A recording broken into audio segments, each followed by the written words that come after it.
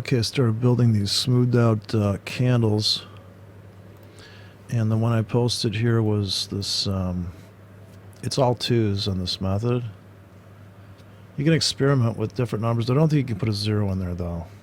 And I'm not even sure what these numbers correspond to, but certainly as you increase it, the MA at least, the period, and then there's the method, and I don't even know which one's up, which one's down, but I do know that navy is down and olive is up.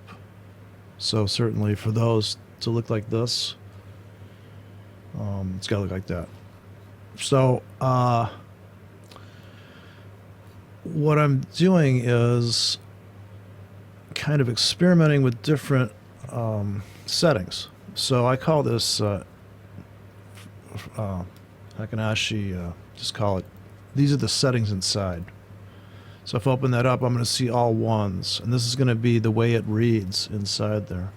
So if this is my starting one, I want to put tighter on top. I'm trying to get a 3D effect. Now you could go the other way and put the longer on top. So this is the longer on top, so it gives you a ghost. Now, it's kind of complicated to write all the different colors. Now, this one's really bright yellow, but if I take this one and put it on first, the way they come in here, and then you save the template that you like and name it, whatever, but this way it's more of a mechanical trading system. There's less, indecision as far as what you would do just to say, we're going up. This is just nothing but the price. But this will also, if you put just yellow in, and I've chosen the same color up for down, but it is smoothed out. So this is like the background, like the vapor trail of the market. Now if I put this on top, I can get a nice, almost a parabolic stop and reversal thing going. And depending on how smooth that, you could also put on a narrower candle. But I found that to be a little confusing because it didn't, this is pretty chunky. I have this set at 4 in here. So you go to indicator list and edit, but I hard coded all my settings in here. You can play around in here with the wisps and colors and get what you like, and then go back and hard write it in. And there's all your inputs. And God knows, I've looked for the explanation of this stuff, but it wasn't worth it. I just wanted to make the chart look more like a piece of just a color, kind of a spectrum of market behavior. And so experimenting with different settings, if I go to a tighter on top of this, now I can get where it just chokes off that last color. So this wouldn't be a signal here. It would take out, like say you're looking for a pure blue for your system. Now I'm on the daily. If I go to the 4 hour, there's definitely going to be more signals. But this way, you know exactly what to, this is a 100 pip range here, I think. And so this is 100 pips from top to bottom. When you see this pull back into here, and you see a unique candle where you have a stripe, these hammers, the smooth hammers like this, definitely a continuation entry. Like this one here. Of course, you could set this to 5. And just have this running in the background. So you always know you're going to trade from the long side the whole time you're on this 4 hour, say the daily. Looking at the daily here, you're only looking for shorts for like 20 days, right? So this keeps you out of trouble. Plus it looks cool, play with it and doctor it up as need be. I gotta see if they're going to fill me on this cells up here on this euro. So I have a grid up here on the euro dollar to sell. I think they're going to spike it up there. Some G7 garbage. But here I'd be selling it like this. I can come in here with the sell orders. Here I'm going to sell up here. Let's put a cluster up there. I'd sell that up there. Up where they're going to stop everybody out. So that's definitely set it forget it style trading for me, but or I can put in one of these monster automated orders. I think that's the way to go. If you get too lazy, you could lose a lot of money because you're, just putting in giant giga orders, walking away. Here's 25 pips to 55 with an 88 stop. So it's going to throw this whole bank up in here. And actually, I just have the last one coloring in. So here's a sell. 18 pips above. I guess I got the wrong size broker. I'm on a 4-digit, so that's not going to fill. Oh, well. But anyways, this is all really about the candle here, the candle thing here. If you smooth this out, and then, of course, it's just, the 1 hour world is certainly a lot easier to contend with. If you see this blue here, you're running buy stops, and then you get filled. Bam. Same thing here. And here you're running sell stops, but to see if you got filled, you've really got to turn on the bars.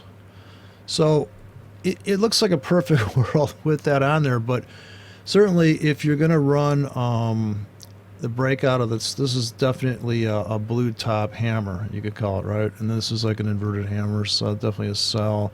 Here's some type of, you can also turn the candles on, I suppose, right? I might want to change the color, but yeah, here's a doji entry with a blue background. So you experiment with the real candles on top.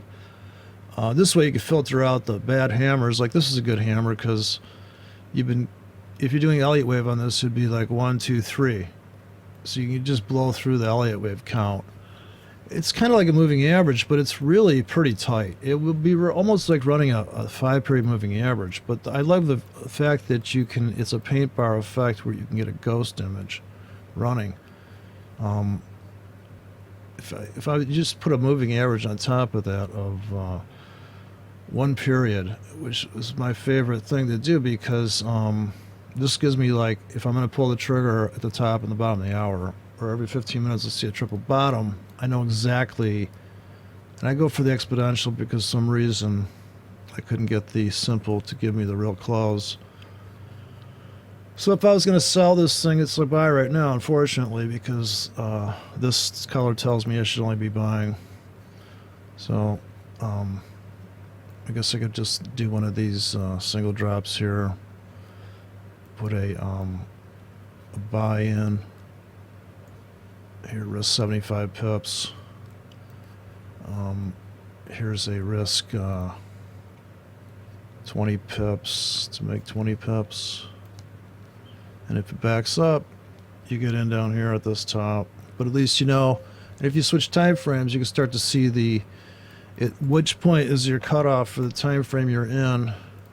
1 hour is getting a little bit like the seller should be coming in here at this where we dropped out, but it's 100 pips. I think we're gonna go smashing up, and they're just gonna, it's just unreal. This euro's pissed off. Look at that thing. So here you definitely would have bought this pullback here, and if you look, if I took off my moving average, you can see the striped entry there. But you kind of want to run that as you build these things as tight as you can handle, and then of course, presupposing you stick to your trade plan of, like, every time you see a certain candle phase, you pull the trigger for a certain style of order to maximize the entry on that. Certainly the 5-minute people, it's a lot more trading. You would have bought that blue, and then now it's kind of running out of gas. I mean, I'm not really crazy about, like, any pullback here. If you have a top become a bottom with a background of this color, you could this is your filter to take that trade, that type of trade. That's a 5-minute chart, though. You got to be on it. Same thing here. Kind of almost the top became a bottom. You've got the color confirmation. Now it's getting a little dicey. I think we overcooked it, and so maybe it comes back to here. So I get in here on the buy limit, and then just walk away. I think it's kind of too late in the session here. Of course, in the very last 10 minutes here, we get a blow off top where they spike it and just stop everybody out as usual. Anybody that is anywhere on this thing. So yeah, that's what I'm posting in this this community thing. So I mean, experiment with it as you will. It's not like oh yeah, and as always, try it with fake money first, right? Yeah, I mean, look at this. So you can build. I've built 1313s. I built, you name it, and it's just, it gets really kind of. You can really do the most. It's a bottomless pit of variations, right? So you can have a. Of course, now that I've layered these candles on top, I blew out my moving average, so I'd have to This is one issue because it's all layered in. You'd have to take this out, come back, put the moving average back in there. But see, like, look at this array here. Because I've sandwiched it in, I have like a velocity indicator built into this. Now this is kind of nice. I'm going to keep this one. Now I could post this one, but I had to post every indicator I used in every configuration. But look how this thing keeps you out of trouble. Like, you're only looking to sell here, and then of course you'd have to still put in, I think, at least the candles on top. But see how it just came up into it? It barely made it, so you're putting your stops in here, or you're just like white knuckle selling into that, I guess. Let me just put on the one moving average on top and see what that looks like. I guess I'm a big fan of a triangle or this channel here. So yeah, definitely the breakout of that fractal. If you have the bar with the line, of course you might want to make your bars a different color here. So when you start to stack these colors on here, it becomes a real pain in the ass to manage the layering so that you can see everything still at once to some degree. So I'm gonna go for a screen on the bars here. See what that's like. Can't really see them. I guess black's the answer. Typically, I go for black just because if I'm going to build from the black up, it's kind of like painting, I suppose. At least I can see it if I really look. And then if you say chart on foreground, that will take it so you don't see a splice out of that. This is another setting in here. If I put chart on foreground, it's going to be on, you'll just see the bar behind the moving average, because see how it was chopping it out? But I can check this for fills to see if I would have got stopped out, or what kind of order I'd have in here.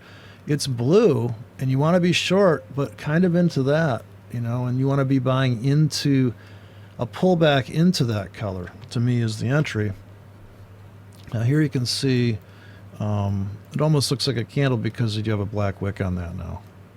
If you made your candles a 3 width and then you zoomed out like this, now you would just see this, where now it's a, you know, if you can't draw a trend line on this, then you know you need to head examine, right? These two blues become this is your turnover, right? I think so. And you can see this expanding triangle blatantly, and you know, you're on the 4-hour chart. It's got all week to enter this thing for the. Of course, I don't know. I guess the seller's about to come in right now. Looks like at this last known swing.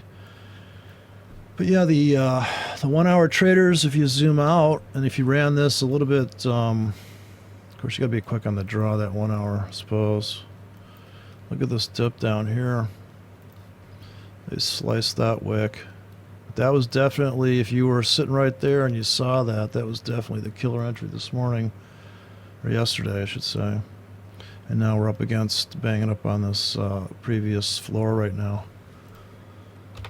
But yeah, it's a lot of fun. I mean, you know, you could build a whole thing and tell somebody, look at, when you see this color, do this. And you could just set somebody in front of it.